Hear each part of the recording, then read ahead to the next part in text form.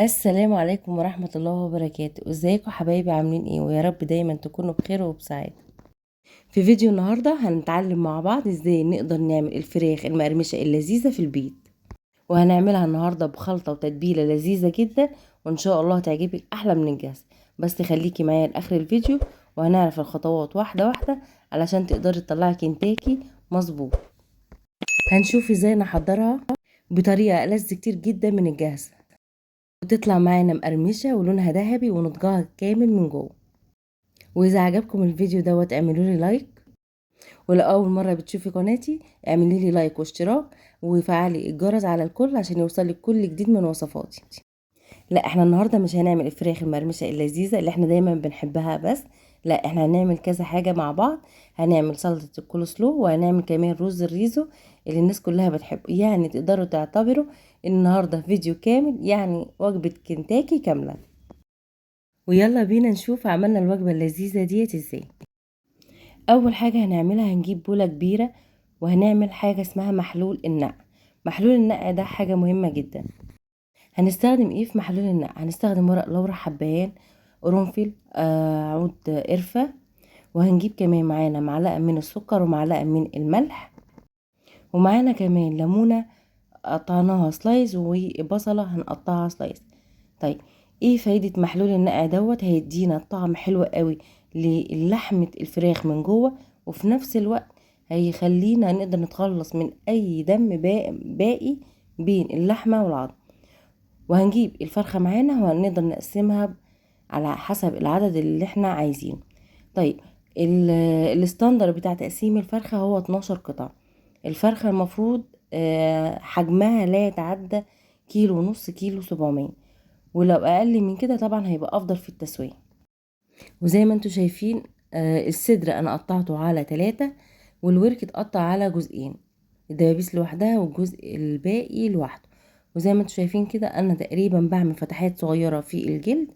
ولو عند المفصل او عند القطعة اللي بيبقى فيها مفصل لازم اعمل فيها تشريحة بسيطة، لان محلول النقع يقدر يشدلي الزفارة والدم اللي بيبقى موجود ما بينهم. وبعد ما خلصنا كل الفرخة اللي معانا زي ما احنا شايفين، هنبدأ نمسك البولة دي ونغطيها ونحطها في التلاجة لمدة قد ايه؟ اقل حاجة 6 ساعات، وتقدري تخليها في التلاجة مدة 24 ساعة. يعني تقدري تعمليها بالليل وتستخدميها الصبح.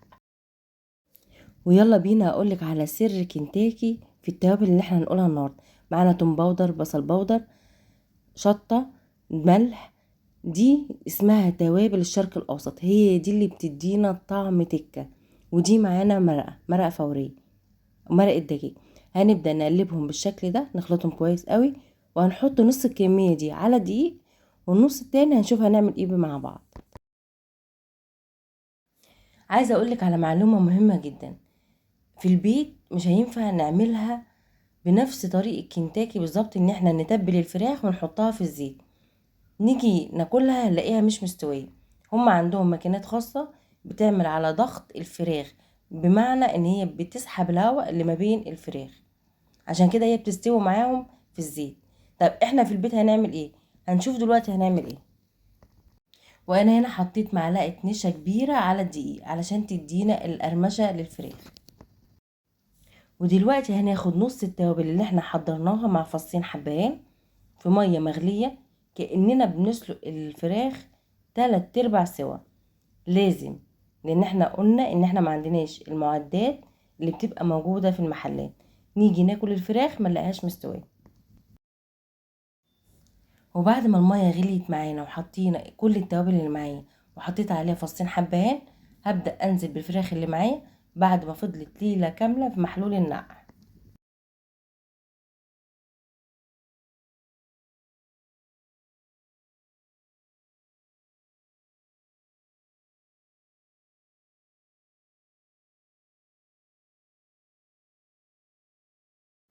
ودلوقتي الفراخ استوت معانا حوالي 3/4 سوا، واتفقنا ان دي خطوة اساسية لازم نعملها.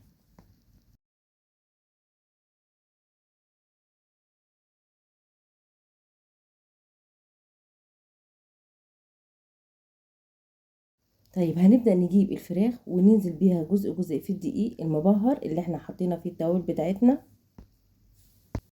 ونبدأ نقلب الفراخ في الدقيق ده كأننا بنعفر الفراخ بالدقيق زي ما احنا شايفين كده.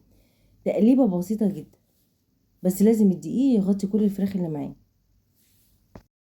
بعد كده هناخد الفراخ بعد ما غطسناها في الدقيق ونحطها في مية ساقعة او مية متلجة. انا ما كانش عندي تلج فاستخدمت المية الساقعة عادي. فهبدأ انزل بالفراخ يا دوبك بس كأنها تتبل معايا، وهرجع بيها تاني على الدقيق وهقلبها كويس قوي.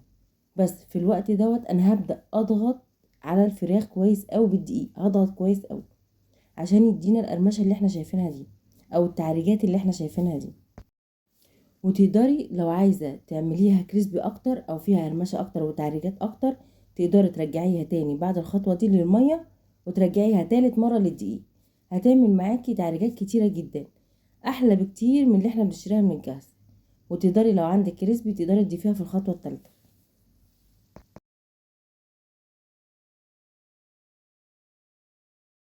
ودلوقتي هنبدأ ناخدها على الزيت. زي ما احنا شايفين الزيت لازم يكون سخن كويس قوي، ونبدأ ننزل بالفراخ فيه.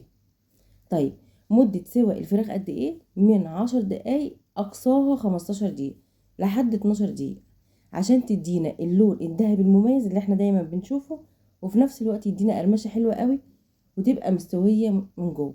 احنا اتفقنا ان احنا مسويينها 3/4 سوا. ايه رأيكم بقى في الفراخ ديت؟ احلى فراخ مقرمشة ولذيذة في البيت، تستاهل احلى لايك. وما اقولكوش بقى على الطعم، طعمها جميل جدا والله، فعلا تنافس اللي بره.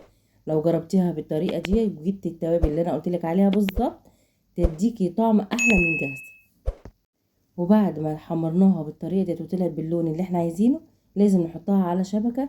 ما ينفعش نحطها على صينيه على طول لانها هتطرى معانا، لازم نحطها على شبكه علشان تفضل مرمشه لاخر لحظه. لحد كده وعملنا احلى فراخ كنتاكي. طب يلا نشوف معانا هنعمل الرز الريزو ازاي. هنجيب بولة فاضية ونجيب فيها حوالي نص كوباية من الكاتشب، وهنحط كمان معلقتين من العسل الاسود ومعلقة من العسل الابيض ومعلقة من الصويا صوص، ونقلبهم كويس قوي مع بعض. هيديكي مزيج حلو قوي ما بين الحلو والحادق، هيدينا زي طعم الميزز.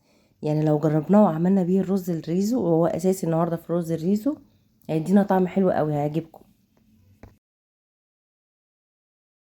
وتقريبا احنا مش هنضيف اي حاجة فوق المكونات دي على الرز الريزو غير شوية ملح ومرقة. ويلا بينا نشوف هنعمل احلى رز ريزو ازاي. في حلة فاضية هنجيب شوية زيت ومعلقة من الزبدة،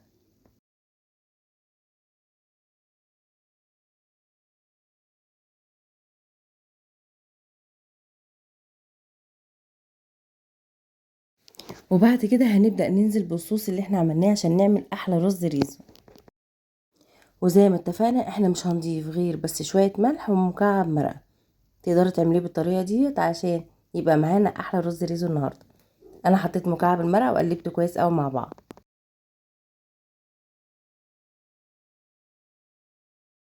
ولازم نتأكد ان المرقة كلها بالكامل دابت معانا في الصوص ده. وطبعا اساسي في رز الريزو ان احنا بنستخدم الرز البسمتي. طيب انا ما عنديش رز بسمتي، او نقدر نعملها ازاي؟ نقدر نستخدم كمان الرز المصري، هيدينا نتيجة حلوة قوي وطعم حلو. جربيها بالرز المصري هتعجبك قوي.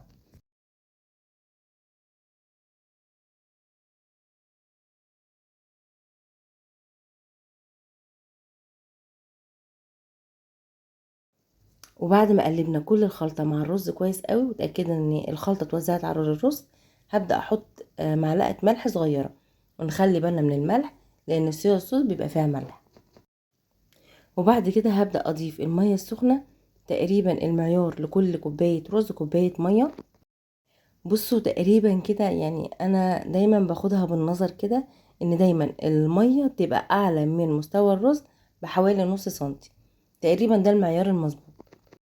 ولو المية او الشوربة كانت قليلة شوية مفيش مشكلة، نقدر بعد كده نزود شوية مية بساط بحيث ان الرز يبدأ يستوي 100%.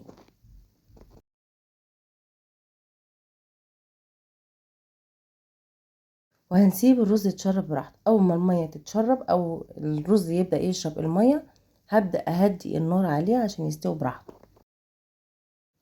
وتقريبا كده وصفتنا النهاردة خلصت. كانت وصفة لذيذة كلنا بنحبها سواء أطفال أو كبار. لو عجبك الفيديو كنت متابعاني لحد دلوقتي، اشتركي في القناة واعملي لايك وشير وفعلي الجرس على الكل لو حابة يجيلك إشعار بكل وصفاتي. يا ريت تجربوها وتقولي لي رأيكم في الكومنتات، وإن شاء الله وصفة هتعجبكم وأحلى بكتير من الجاهزة. وهنزل لكم قريب ازاي قدرنا نعمل سلطة الكول سلو مع بعض، يعني بمعنى صح هنعمل وجبة كنتاكي كاملة متكاملة في البيت. والسلام عليكم ورحمة الله وبركاته.